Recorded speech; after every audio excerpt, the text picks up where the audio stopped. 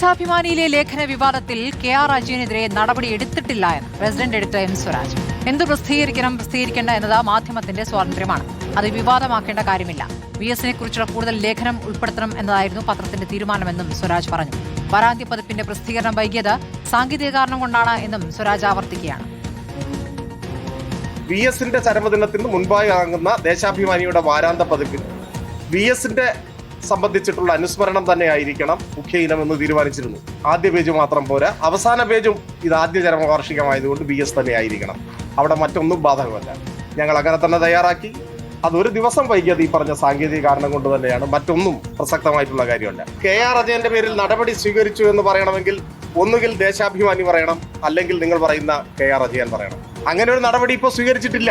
ഞാൻ ആ ചോദ്യത്തിന് മറുപടി കൂടി അവസാനിപ്പിക്കുന്നു. ഏതൊക്കെ പ്രസിദ്ധീകരിക്കണമെന്നും ഏതൊക്കെ പ്രസിദ്ധീകരിക്കേണ്ടെന്നും തീരുമാനിക്കാൻ അതത് മാധ്യമങ്ങളുടെ എഡിറ്റോറിയൽ വിഭാഗത്തിന് അവകാശമുണ്ട്.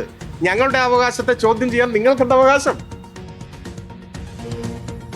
റഹീസ് റഷീദ്, ഇപ്പോൾ ഒരു പത്രത്തിന്റെ റെസിഡന്റ് എഡിറ്റർക്ക് ചോദിക്കാവുന്ന ചോദ്യങ്ങളാണ്. പക്ഷേ ഒരു പാർട്ടി പത്രത്തിന്റെ റെസിഡന്റ് എഡിറ്റർക്ക് ഈ ചോദ്യം ചോദിക്കാൻ പറ്റുമോ എന്നുള്ളതാണ്. ഇപ്പോൾ വിവാദമാക്കണമോ, ഇതിൽ വാർത്തയുണ്ടോ എന്നുള്ളത് മാധ്യമങ്ങൾക്കും തീരുമാനിക്കാമല്ലോ. ഇപ്പോൾ എന്താണ് ആ സാങ്കേതിക പ്രശ്നമെന്ന് അദ്ദേഹം വിശദീകരിക്കുന്നുണ്ടോ?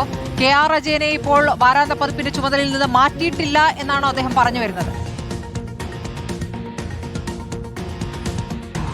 സ്മൃതി, അങ്ങനെ ഒരു കാര്യം ദേശാഭിമാനിയുടെ റെസിഡന്റ് എഡിറ്ററായ M. സ്വരാജ് പറയുന്നുമില്ല.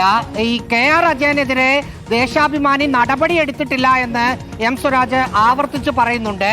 അങ്ങനെയെങ്കിൽ ദേശാഭിമാനിയുടെ വാരാന്ത്യ പതിപ്പിന്റെ ചുമതലയുള്ള ന്യൂസ് എഡിറ്റർ KR അജയൻ തന്നെയാണോ എന്ന് നമ്മൾ തിരിച്ചു ചോദിക്കുമ്പോൾ അത് ദേശാഭിമാനിയുടെ ഇന്റേണൽ കാര്യമാണ്, അത് മറ്റു മാധ്യമങ്ങളോട് പറയാനില്ല എന്ന കാര്യമാണ് M. സ്വരാജ് പറഞ്ഞത്.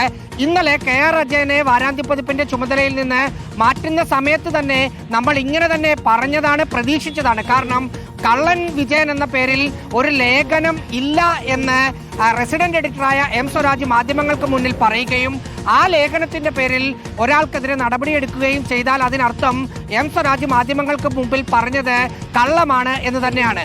അത് വരാതിരിക്കാൻ സ്വാഭാവികമായും ഇന്റേണൽ അറേഞ്ച്മെന്റിന്റെ ഭാഗമായിട്ടാണ് ചില മാറ്റങ്ങൾ എന്നായിരിക്കും ദേശാഭിമാനി പറയുകയെന്ന് ഇന്നലെ തന്നെ നമ്മൾ കരുതിയതാണ്. അങ്ങനെ തന്നെയാണ് M. സ്വരാജ് പറഞ്ഞിരിക്കുന്നത്. M. സ്വരാജ് സാങ്കേതികത്വത്തിൽ പിടിച്ചു തൂങ്ങി ഈ നടപടി ഇല്ല എന്ന് പറയാനാണ് മുഴുവൻ സമയം ശ്രമിച്ചത്. അതായത് കള്ളൻ വിജയൻ എന്ന ലേഖനമില്ല, കള്ളൻ വിജയൻ എന്ന പേരിൽ ദേശാഭിമാനിയിൽ കൊടുക്കാമെന്ന് പറഞ്ഞ് ആരെങ്കിലും ലേഖനം പോയി അവരോട് ചോദിച്ചിട്ടുണ്ടെങ്കിലും വാങ്ങിയിട്ടുണ്ടെങ്കിലും അത് ദേശാഭിമാനിയിലേക്ക് അയച്ചിട്ടുണ്ടെങ്കിലും അതിന്റെ ഉത്തരവാദിത്വം അവർക്കില്ല, അത് പ്രസിദ്ധീകരിച്ചില്ല എന്ന് പറഞ്ഞ് ആ ലേഖനം മുക്കി എന്നൊക്കെ പറയുന്നത് അംഗീകരിക്കാൻ കഴിയില്ല എന്ന നിലപാടാണ് എടുക്കുന്നത്.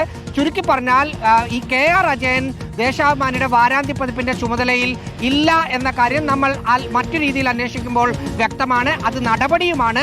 പക്ഷെ ദേശാഭിമാനി മാനേജ്മെന്റ് ആദ്യം ഇത് പൂർണ്ണമായും തള്ളിയത് കൊണ്ട് അത് നടപടി എന്ന് പറയുന്നില്ല. സ്വാഭാവികമായും ആഭ്യന്തരമായ നീക്കങ്ങൾ, വർക്ക് അറേഞ്ച്മെന്റിന്റെ ഭാഗത്തുള്ള നീക്കങ്ങൾ എന്ന് സ്വരാജ് പറയുന്നില്ല.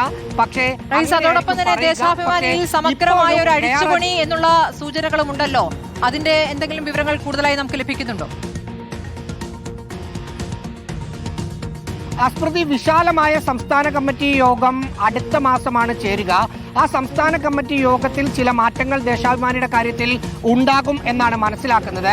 അതിന്റെ തീയതി ഇന്ന് ചേരുന്ന സംസ്ഥാന സെക്രട്ടേറിയറ്റ് യോഗത്തിൽ ഉണ്ടാവുകയും ചെയ്യും. സാധാരണഗതിയിൽ ദേശാഭിമാനിയിൽ CPIMന്റെ സംസ്ഥാന സെക്രട്ടേറിയറ്റിൽ നിന്ന് ഒരു സെക്രട്ടേറിയറ്റ് അംഗം ആയിരിക്കും ഉണ്ടാകുക. പാർട്ടി സെക്രട്ടറി ആയിരിക്കും ചീഫ് എഡിറ്റർ പദവിയിൽ ഉണ്ടാവുക. റെസിഡന്റ് എഡിറ്റർ പദവിയിൽ ജേർണലിസ്റ്റായ പാർട്ടിക്ക് താല്പര്യമുള്ള ഒരാളായിരിക്കും ഉണ്ടാവുക.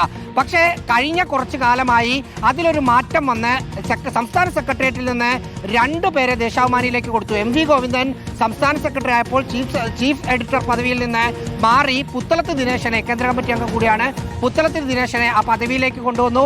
അതിനുശേഷം M. സ്വരാജിനെ റെസിഡന്റ് എഡിറ്റർ പദവിയിലേക്ക് കൊണ്ടുവന്നു. അതായത് ദേശാഭിമാനിയിൽ പാർട്ടി കുറച്ചുകൂടി ശ്രദ്ധ കേന്ദ്രീകരിക്കാൻ വേണ്ടി കൊണ്ടുവന്നതാണ്. പക്ഷേ കഴിഞ്ഞ ഒരു മാസമായി ദേശാഭിമാനി പാർട്ടിക്കുണ്ടാക്കുന്ന പ്രതിരോധം ചെറുതല്ല.